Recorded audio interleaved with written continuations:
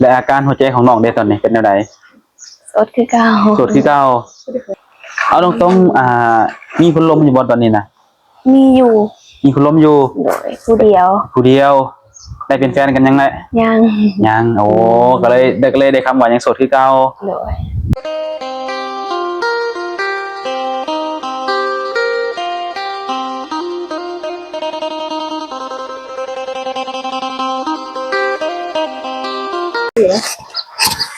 สบายดีและสวัสดีเด้อพ่อแม่พี่น้องเนาะ FC หมู่สุขคนเป็น FC ฝั่งลาวฝั่งไทยหรือว่าอยู่ต่างประเทศทุกคนเนาะวันนี้ก็ยินดีต้อนรับเข้าสู่ช่อง YouTube ของป่าวศิรัตคือเก่าทุกคนเนาะวันนี้ก็เช่นเก่าเช่นเคยทุกคนเนาะก็คือมาหาทางสาวโสดเฮาเนาะก็เป็นทางน้องนี่แหละทุกคนก็ถือว่ามื้อนี้ก็เป็นมื้อวันพิเศษหลายๆคนของผู้หญิงทุกคนเนาะเพราะว่ามื้อนี้ก็คือว่าแล้วทุกคนเนาะกันสิเว้าแบบนั่นก็คือ14กุมภาพันธ์นั่นเองทุกคนเนาะเป็นวันแห่งความหักเนาะทุกคนทางบริษัทมาในมื้อนี้ก็มาเป็นตัวแทนเนาะหรือว่าดังหน้าหนุ่มโสดเนาะที่กำลังจีบสาวลาวแล้วทุกคนเนาะก็มีของขวัญเนาะทุกคนเนาะมาให้ทางสาวโสดเฮาเพราะว่าทางบ่าวน้องเพิ่นอยู่ทางไกลทุกคนเนาะมาเองบ่ได้ก็เลยให้บริษัทนี้เป็นสะพานให้ทุกคนเนาะมีของขวัญทุกคนเนาะอันนี้เป็นอยู่ทางในทุกคนเนาะก็บ่ฮู้ว่าเป็นหยังในก็มาลุ้นนำกันทุกคนเนาะแต่สำหรับบริษัทนี้ฮู้แล้วทุกคนเนาะแต่ทางน้องเพิ่นยังบ่ทันฮู้ทุกคนเนาะไปจังได๋เข้าโอบลงกันเลยทุกคนทีมงานจะเข้าไปหาที่เรียบร้อยเนาะโดยวันนี้คือผู้จบผู้งามแท้เนาะสบายดีน้องล่ะสบายดีเนาะโดยขอซื้อโอเคทุกคนเนาะสิไปแท้น้องล่ะมื้อนี้สิไปผูกแขนหมู่โดยหมู่เอาผัวบ่รู้ไหนเพิ่นสิไปไทยโอ้ผูกแขนหมู่สิไปไทยสิไปไทยก็ต้องผูกแขนบ่น้องล่ะแม่นผูกแขนให้หาเงินหาคำให้เก่งให้ได้เนาะโดยดีมีแฮงเป็นแบบว่าคำอวยพรเนาะก่อนไปหาเงินหาคำโอ้น้องบ่ได้ไปนำบ่ยัง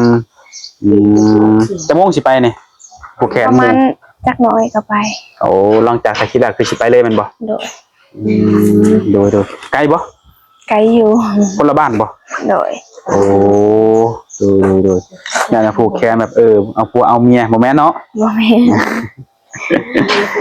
กินข้าวเช้าแล้วกินแล้วโอ้ยันว่าไปถ่าไปกินอยู่งานไปทำงานกินใหม่เนาะโดยเป็นยังไงทางแม่เพิ่นได้ซะใครแน่แล้วจะได้ไปหาหมอหาหยังอยู่บ่เดี๋ยวนี้กะโดยไปโดยคืออาการดีขึ้นเนาะโดยและอาการหัวใจของน้องได้ตอนนี้เป็นจังได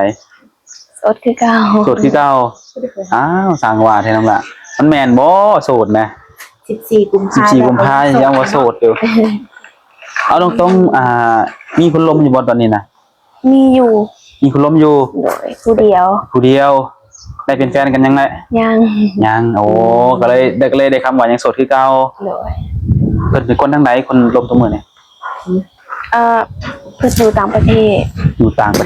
ทางไกลเนาะโอ้แต่ว่าด้วยความแบบกำเนิดเพิ่นเป็นคนไทยหรือคนลาวน้องล่ะอันนี้ก็ยังบ่แน่ใจเพิ่นก็ถามเพิ่นยังบ่ทันตอบโอ้การคุยกันเนี่ยอันข้อความบ่รู้ว่าโทรกันในแชทเอาซื่อโดยโอ้เพราะว่าไลน์น้องเล่นบ่ได้ดิอ้าวไลน์น้องเป็นหยังมันแบบเวลาเพิ่นทักมามันบ่เห็นหั่นนะไลน์มีปัญหาโดยสแกนเข้าไปก็บ่เห็นเนาะเป็นมาหลายมื้อแล้วโดยหลายมื้อแล้วโอ้แต่คุยกันทางไหนทาง Facebook หรือทาง WhatsApp ทาง Facebook แล้วก็ WhatsApp โอ้ทั้งสองทางเนาะโดยคือว่าให้หน้าตาเพิ่นนี่ก็ยังบ่ทันได้เห็นมันบ่เห็นแล้วได้หล่อบ่ก็พอได้เนาะหนุ่มเมืองนอกต้องหล่อเด้หนุ่มเมืองนอกเพิ่นเป็นคนมีอายุบ่อายุเพิ่นบ่บ่ทันได้ถามเพิ่นแต่กล้าว่าประมาณไผน้องกล้าว่าประมาณ40ปลายขึ้นไปนี่แหละ40ปลายเบิ่งจากหน้าตาบ่โดยโอ้แต่ว่ายังฮู้จากปากเพิ่นอายุหลายปานใดไปคุยกันจักมื้อเลยถ้าก็มื้อหนึ่ง2มื้อนี่แหละมื้อ2มื้อที่2เนาะเพราะว่าเพิ่นจะถาไลน์น้องก็ตั้งแต่มื้อนั้นเนาะสแกนเข้าไปแล้วมันบ่พบผู้ใช้งานเหลือเนาะมีปัญหาโดย ก็ถือว่าทุกคนเนาะมื้อนี้ก็คือว่าแหละบ่รวมๆก็คือ14กุมภาพันธ์เนาะได้หยังแล้วเป็นของขวัญนี่ ยังบ่ได้หยัง บ่ได้หยังคือว่าแล้วคนโสดเนาะ โดย คนโสดไอ้สิเอามาแต่ใส่เนาะว่าแล้วก็เนาะเพราะว่า14กุมภาพันธ์นี่1นี่คันบ่ได้จากหมู่ก็ต้องได้จากแฟนเนาะ แม่น ต้องหาหมู่โสดคือกันซื้อให้กันบัดนี้ อยากได้อยู่บ่อันของขวัญ14กุมภาพันธ์นี่นะ อยากได้อยู่ อยากได้อยู่ โดยได้ก็เอาบ่ได้แล้วก็อย่า บ่ได้นะก็อย่าเนาะ โดย โอ้14กุมภาพันธ์ถ้าว่าจังไดแบบถ้ามีคนอยากซื้อให้นะน้องอยากได้หยังอยากเพิ่นให้เพิ่นซื้อหยังให้ น้องบอก โดย อยากได้โทรศัพท์ แต่โทรศัพท์ปัจจุบันนี้เป็นไดน้องล่ะ มันแบบมันลิ้นบ่ม่วนหั่นนะแล้วมันก็ผืดมันเลื่อนไปยาก มันข้างมันจะเสื่อม แม่น2-3 ปีแล้วน้องใส่มา มันพูดเขาแล้วเลื่อน มันยินแบบมันอึดอัดมันบ่สะดวกในการลิ้นการแชทกันโทรเนาะ โดย โอ้น้องใส่ยี่ห้อหยังทุกมื้อนี่ Samsung Samsung ถ้าเปลี่ยนใหม่นี่สิเอายี่ห้อหยังบัดนี้ แม่ได้ก็ได้เบิด แนวใดก็ได้บ่เลือกคือกระเจ้าเนี่ยบ่กระเจ้าสไลด์มีแต่16 15 iPhone เท่าว่าแต่ละคนมีแต่ iPhone คัน แต่ ใด คือน้ ก็ องนี่ เอา อันใดก็เอามันบ่ โดย แต่ว่าถ้าเป็นไปได้ก็แล้วแต่เพิ่นจะซื้อให้แม่นบ่ แม่น โอ้โดยถามเพื่อไว้เพื่อว่ามีคนของใจแบบอยากซื้อมาเซอร์ไพรส์อย่างหั่นนะแต่คือว่าตอนนี้ยังโสดอยู่เนาะ โดย ก็คือยังเปิดใจคือเก่าบ่น้องล่ะ โดยเปิดใจ เปิดใจคือเก่าเนาะเลยโอเคทุกคนเนาะคือว่าถ้ามาในมื้อนี้ก็เอากลับมาต่างหน้าเนาะของหนุ่มโสดคนหนึงเพิ่นก็อยู่ทางไกลพุ่นแหละเพิ่นก็บ่ได้มาด้วยตนเองเนาะเพิ่นก็ให้ทางทีมงานหรือว่าทางบริษัทนี่เนาะเป็นสะพานให้เพิ่นก็ซื้อของขวัญมาให้เป็นของขวัญวันวาเลนไทน์14กุมภาพันธ์วันนี้หั่นนะโดยก็สิเอาให้เพิ่นเลยทุกคนเนาะเฮาก็ซื้อมาไปทีเรียบร้อยแล้วก็ให้เบิ่งเลยเนาะก็บ่ว่าจะถือใจน้องหล่าหรือบ่เนาะ น้องหลานมันก็เลยทำเลย เนาะที่บ่ถือก็ต้องเอาเนาะเพิ่นซื้อให้แล้วอันนั้นน่ะ นี่เลยบ่สิ เลยโอเคอยู่ทางในเด้อบ่แม่นได้ตัวนอกนี่ ไงบ่ ตัวไหน ตัวในไหน เป็นแสดงนะ ยังมาก ระเป๋าโอ้ เป็นกระเป๋าทุกคน กระเป๋างามอะไร ใหม่ๆเลยเนาะยังบ่ทันแกะต้องเลย เนาะ ลองพายด้วยฮะ เป็นตะหมด เขาอยู่ จนใหญ่ก็จะสิหิวเอานะแต่ว่าสายไทยก็มีน้องหลายอยู่ เพื่อ ใน เอามาเบิ่งดูสาระอยู่ในมันนะ นี่อย่างจะที่โตลงเดียวเย็นค่ะนี่ยังแน่เลยในทงเลย มี10นาทีเนาะในข้างก็จะว่ามีสายอันสายยาวอยู่ในว่ะ โอ้ ออกไปหมดได้อยู่ในนะเกียจ้ายังออกไปหมดนะ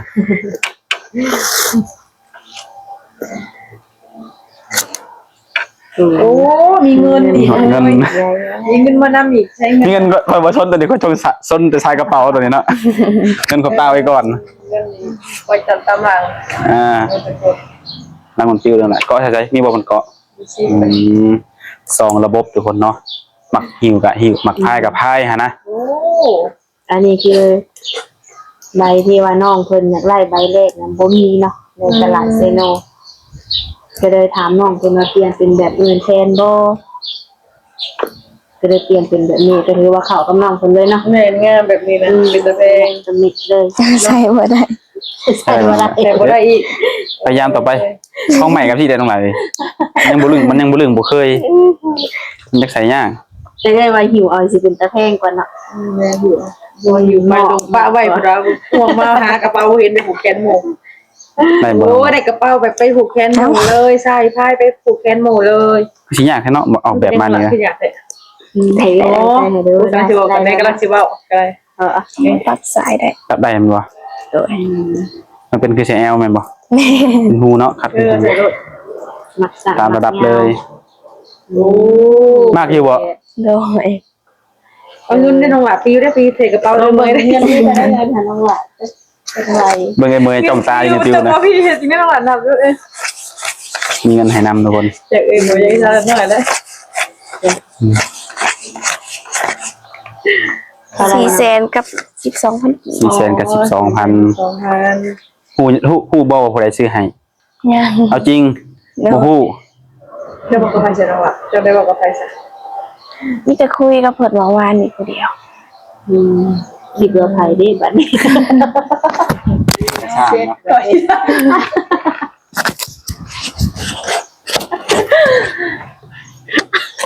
ก็สร้างเนาะทุกคนเนาะก็มีแต่ว่าเดี๋ยวทางบาซิลันเนี่ยจะได้บอกทางหลังไม้เนาะก็เป็นการแบบว่าคือเพิ่นเนี่ยก็น่าจะเคยแชทหรือว่าโอ้ลมกับน้องเนาะตั้งแต่น้องเปิดใจเพิ่นแหละเพิ่นก็เป็นหนุ่มโสดแต่เพิ่นก็เบิ่งน้องว่าเปิดใจไปนี่สิมีคนเข้ามาโอ้ลมจีบแล้วก็น้องนี่มีคนถูกใจแล้วบ่ประมาณนี้หันนะเพิ่นก็เบิ่งแบบนี้แต่ความบังเอิญที่ว่าเพิ่นถามทางบาซิลันมาว่าน้องนี่เพิ่นนี่มีชู้มีแฟนแล้วบ่เนาะทางเฮาก็บอกว่ายังบ่ทันมีก็คือตามที่น้องบอกมาแหละเนาะคือมาได้ไม่น้องก็บอกว่ายังบ่มีแฟนพุ่นน่ะคนลมก็ได้แค่คนเดียวเนาะโดยเพิ่นก็อยากขอฝากให้บริษัทอวยพรให้พุ่นน่ะเนาะก็ให้น้องนี่ได้สมหวังสมหวังเนาะใน14กุมภาพันธ์พ่อนึกกูที่ดี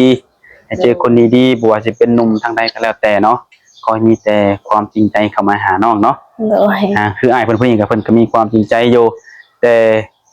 ที่สำคัญก็คือยันแบบว่าทางอ้ายเพิ่นยันบ่ตรงสเปคกับน้องนะประมาณนี้นะแต่ก็อยากให้น้องศึกษากับเพิ่นอีกเนาะลงคนอีกก็คือได้คุยกันแล้วแหละที่ผ่านมานะ คิดออกแล้วว่าเป็นไผนั่นล่ะ ยังบอกเลย จำได้บอกคนที่ซื้อซอดอกไม้มาให้น้อง โดย คนนั่นแหละคือคนนั่นแหละเนาะ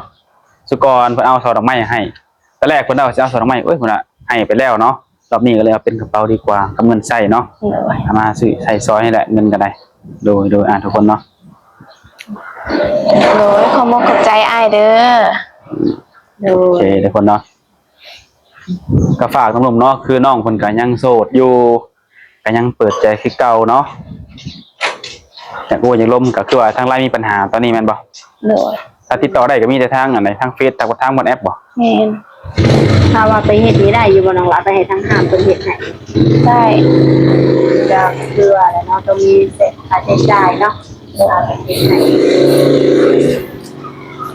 คือมันเกี่ยวกับอันอย่างโทรศัพท์มันลิ้นยากนี่บ่มันเลยมีปัญหาทางไลน์บ่ น้องก็บ่ฮู้คือกัน ฮู้กันมันบ่โดยทุกคนเนาะ กินข้าวเช้าได้จ้ะน้องล่ะ โดย เรากินได้ระวัง กินแล้วเนาะ เงิน จำบ่ได้ ว่าให้กระทำกิน ไปได้ไปงานผูกแขนไปขับรถเองบ่ ให้น้องไปส่ง น้องไปส่งน้องบ่มีรถบ่หรือว่ารถคันเดียวกัน รถคันเดียวกันน้องบ่มีรถส่วนตัว โอ้น้องไปส่งแสดงว่าน้องนี่ก็อยากมีงานใช้รถต่อแม่นบ่ โดย บัดมาได้ซะน้องไปครับ เตือกับหมูไปมาส่ง อย่ามานอนคุณเลยอย่าไปผูกแขนหมู่แล้วก็สมเซลเนาะสีกุมภาทั้งที่อย่างนะทุกคนเนาะ ทางมาเห็น ก็ถือว่ามื้อนี้เนี่ยคือสิบ่มีเวลาลงบ่าวดอกเบิ่งมื้อนี้เนาะ มีอยู่มีอยู่บ่ยันเราไปเฮือนหมู่แล้วต้องชุมแซวกับหมู่หยังหั่นนะ ไปเป็นบ่มีลืมหัว น้องไปจังซี่แล้วไปอยู่เบิ่งแม่นี่ อ้าย โอ้แม่เบิ่งท่าเนาะ โดย โดยทุกคนเนาะ